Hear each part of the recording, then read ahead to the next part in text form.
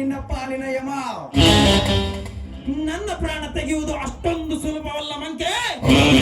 ಈಗ ನಿನ್ನ ಪ್ರಾಣ ನನ್ನ ಕೈಯಲ್ಲಿ. ಪ್ರತಾಪ್, ಮಿತ್ರದ್ರೋಹಿ, ನೀನಿನ್ನು ಬದುಕಬಾರದು.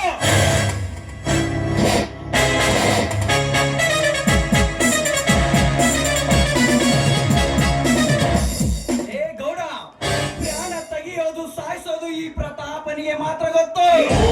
ನಿನ್ನಂತ ಬಚ್ಚಗೇನ್ ಗೊತ್ತು? ಗೌಡ, ನೀನು ಮಾಡಿರುವ ಕಾರ್ಯಗಳನ್ನೆಲ್ಲ ಕಂಡರೆ ಕತ್ತಲು ರಾತ್ರಿಯ ಕೆರಸಿ ಬಿಡುತ್ತದೆ ನನ್ನೆದೆ ಅಂತರಾಳದಲ್ಲಿ. ಗೌಡ, ನನ್ನನ್ನು ಯಾರೆಂದು ತಿಳಿದಿರುವೆ? ನೀನು ಸಾಕಿರುವ ನಾಯಿ ಎಂದು ತಿಳಿದಿರುವೆಯಾ? ಅದೆಲ್ಲ ತಪ್ಪು ಗೌಡ, ತಪ್ಪು. ನೀನು ತಿಳಿದಿರುವುದೆಲ್ಲ ತಪ್ಪು. ನಾನು ಚಿಕ್ಕವನಿದ್ದಾಗ ನೀನು ಕೊಚ್ಚಾಕಿದ ರಾಮಕೃಷ್ಣಪ್ಪನ ಮಗ ನಾನೇ. ನಿನ್ನನ್ನು ಹೇಗೆ ಮುಗಿಸಬೇಕೆಂದು ವಿಚಾರಿಸಿ ನಿನ್ನೊಂದಿಗೆ ಸಹಾಯಕನಾಗಿ ಬಂದು ಸಮಯ ಸಾಧಿಸುತ್ತಿದ್ದೆ. ಆದರೆ ನಿನಗೆ ತಿಳಿದಿಲ್ಲ, ನೀನು ಸಾಕಿರೋದು ನಿನ್ನಿಂದ ಪೆಟ್ಟು ತಿಂದ ಘಟಸರ್ಪವೆಂದು. ಘಟಸರ್ಪದ ನಿನಗೆ ಏನದು ತಿಳಿದಿಲ್ಲ. ನೋಡು, ಈ ಕಿರಾತಕನನ್ನು ಕೆಣಕಬೇಡ. ಹಾಗಿದ್ದರೆ ನಾನೇನು ಮಾಡ್ತೀನೋ ನನಗೇ ಗೊತ್ತಿಲ್ಲ.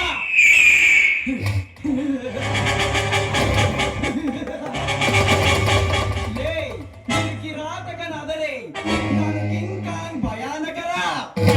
ಈ ಕಿಂಗ್ ಖಾನ್ ಭಯಾನಕರ ತೀರ್ಪು ಕೂಡ ಏನೆಂದು ತಿಳಿದಿಲ್ಲ.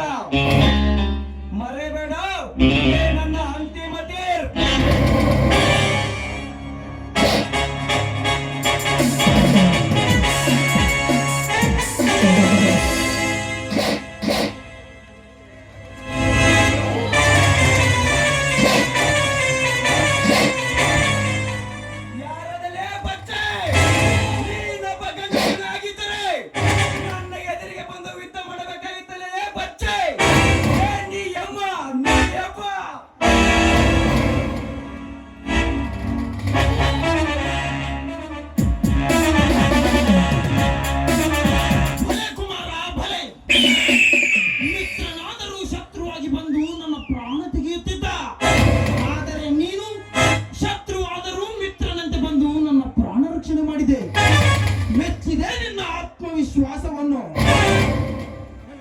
ನಿನ್ನ ಪ್ರಾಣ ರಕ್ಷಣೆ ಮಾಡಿ ವಹಿಸಿಕೊಳ್ಳಲು ಬಂದಿಲ್ಲ ಗೌಡ.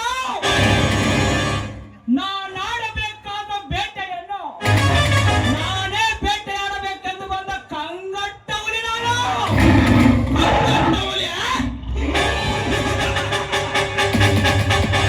ಕುಮಾರ, ಮೋಸದಿಂದ ಕೊಡಲಿಂದ ಕೊಂದು ಹಾಕಿದ ಮಾತ್ರಕ್ಕೆ ಜಂಬ ಕೊಚ್ಚಿಕೊಂಡು ಮಾತನಾಡಬೇಡ. ನೀನು ಗಂಡಸನಾಗಿದ್ದರೆ ಈ ರಾವಣ ಗೌಡನ ಎದುರಿಗೆ ನಿಂತು ಮಾತನಾಡು.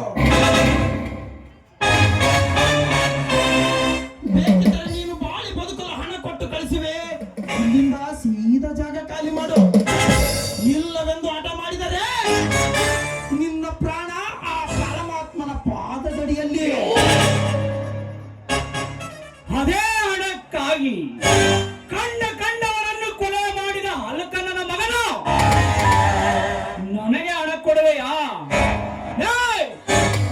ಬಡ ಭಕ್ತರ ಆತ್ಮ ತೆಗೆದು ನೀನು ಅಪಹರಿಸಿದ್ದು ಆಸ್ತಿ ಅಂತಸ್ತಲ್ಲ, ಅದು ನಿನ್ನ ಪಾಪನ ಕೊಂಡನ. ಕುಮಾರ, ಬೋರ್ಗರಿಯುತ್ತಿರುವ ಗಡಸರ್ಪ ಸುಮ್ಮನೆ ಕೆಳಗಡೆ ಕಚ್ಚಿ ವಿಷ ಬಿಟ್ರೆ ಸತ್ತು ಹೊಟ್ಟೆಯ ಮಗನೇ. ಘಟ ಸರ್ಪ ಎಂದಾದರೂ ಗರುಡವನ್ನು ಕಚ್ಚಬಹುದಾ?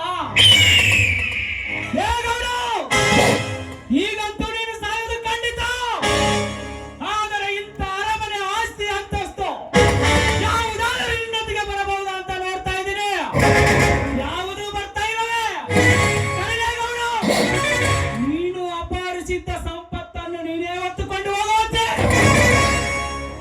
ಕುಮಾರ, ಈ ರಾವಣ ಗೌಡನೆಂದರೆ ಈ ಬ್ರಹ್ಮಾಂಡವೇ ನಡುಗುತ್ತದೆ. ಆ ಬ್ರಹ್ಮನೇ ನಿನ್ನನ್ನು ಇಲ್ಲಿಗೆ ಕಳಿಸಿರಬೇಕು. ಹೋಗಿ ಆ ಗೌಡನ ಕೈಯಲ್ಲಿ ಸತ್ತು ಎಂದು ಸ್ವೀಕರಿಸು ಮಗನೇ. ತಿರುಗಿ ನೋಡ, ನೀ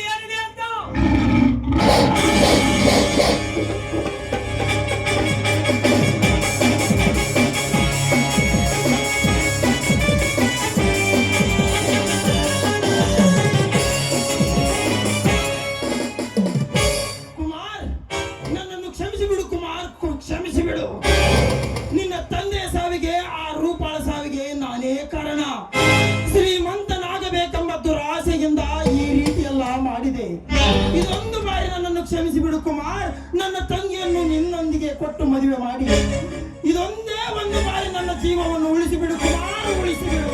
ಬಿಡುತ್ತೇನೆ. ನಿನ್ನ ಪ್ರಾಣ ತೆಗೆದ ತಕ್ಷಣ ಬಿಡುತ್ತೇನೆ. ನಿನ್ನ ರಕ್ತ ಕುಡಿದ ತಕ್ಷಣ ಬಿಡುತ್ತೇನೆ.